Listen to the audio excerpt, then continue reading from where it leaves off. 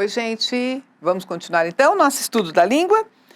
Hoje a gente vai fazer páginas 31 e página 32, tá? Então pega lá a sua apostila e vamos ver aqui. A gente vai ver hoje um pouquinho sobre pronome, tá? Sobre verbo. Então acompanhe aqui comigo, gente. Página 31, exercício 17, diz assim, olha, além dos verbos, é comum encontrarmos também em textos autobiográficos palavras ou expressões que indicam o tempo, né? O tempo dos acontecimentos. Então aqui você tem uma lista de palavrinhas e a gente vai marcar, vamos fazer um X ou vamos circular, aquelas que foram utilizadas no texto. Tá? Então, as que foram utilizadas no texto são essas aqui, gente, pode circular. O atualmente, o hoje e o sempre, tá? Essas palavras também indicam tempo, tá bom? Além dos verbos, né, que a gente viu ali. Ok. Agora, na questão 18, a gente vai reescrever esse trecho aqui utilizando outras palavras ou expressões semelhantes. A gente vai usar sinônimos, né? A gente vai trocar o depois e o ainda hoje. Então, eu coloquei aqui para vocês, ó. Sempre gostei de ler e isso foi um passo para em seguida me dedicar também a escrever, o que faço atualmente, como um dos maiores prazeres do meu dia a dia, tá?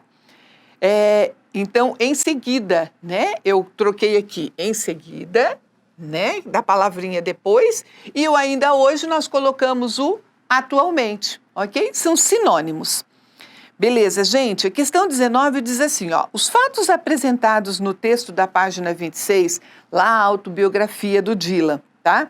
Aconteceram com o próprio autor ou com outra pessoa? O que vocês acham? Quais as marcas do texto que nos revelam isso? Então, a começar pelo gênero, né? Qual que é o gênero que eu falei para vocês? Autobiografia. Se é uma autobiografia, aconteceu com quem? Com a própria pessoa, né? Então, aconteceram sim na própria vida do autor, né? O texto apresenta pronomes e verbos, tudo em primeira pessoa. A gente vê ali que ele fala sempre eu, meu, né? Então, tudo referindo-se a ele, porque se ele está fazendo uma autobiografia, ele está falando da sua própria vida. Ok, gente? A questão número 21, a gente vai ver aqui algumas frases, né?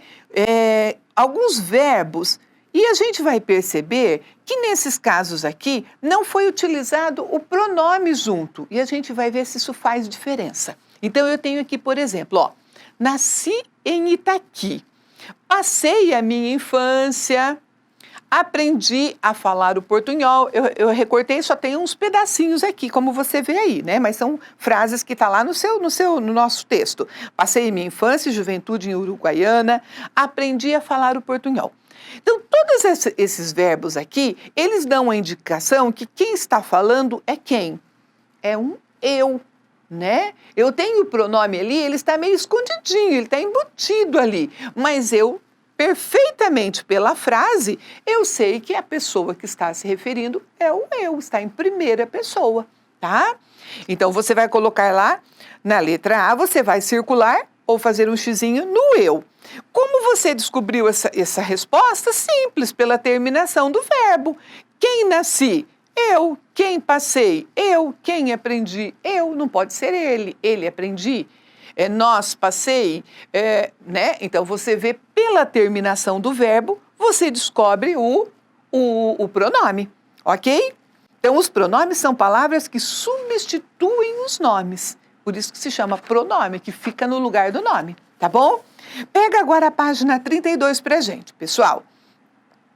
Então, olha, nessa atividade anterior aqui, né, que a gente acabou de ver, nasci em Itaqui, passei a minha infância e juventude uruguaiana, aprendi a falar o portunhol. Está perguntando aqui se a falta do pronome, do eu ali, nessas frases, se fez atrapalhou na compreensão do texto. Vocês não entenderam porque não tinha o eu aqui? Eu preciso realmente colocar esse eu nasci ou ele não faz diferença? Não faz diferença. Né, gente? Não faz a diferença porque os trechos podem ser compreendidos sem a presença do pronome eu. Eu entendo perfeitamente pela terminação do verbo que o pronome é eu, que é a primeira pessoa, tá bom? Na letra B, escreva uma possível justificativa para o autor não ter utilizado o pronome. Por que será que o autor não colocou eu nasci em Itaqui, eu passei minha infância em Uruguaiana, eu aprendi a falar o portunhol? Por um simples motivo, pela repetição.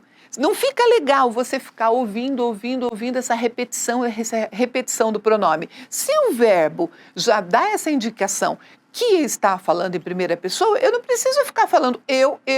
Fica um texto ruim de ouvir. Tá bom, gente? O excesso de repetição. Então, ó, para evitar repetição desnecessária é a nossa resposta aqui, ok? E aqui, olha, está dizendo na questão 23, copie outro trecho com pronomes que indicam quem está contando os fatos no texto.